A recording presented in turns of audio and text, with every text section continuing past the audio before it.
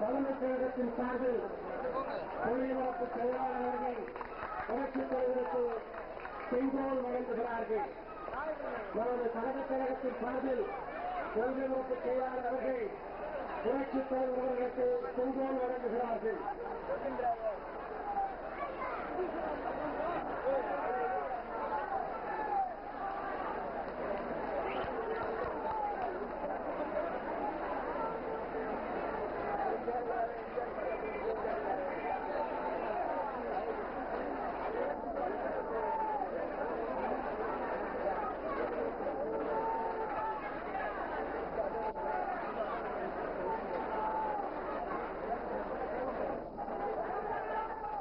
அடுத்து மதுரை மாநகர் மாவட்ட அனைத்து இந்திய அண்ணா திராவிட முன்னேற்ற கழகத்தின் சார்பில் சங்கர் அவர்களும் லட்சுமி நாராயணன் அவர்களும்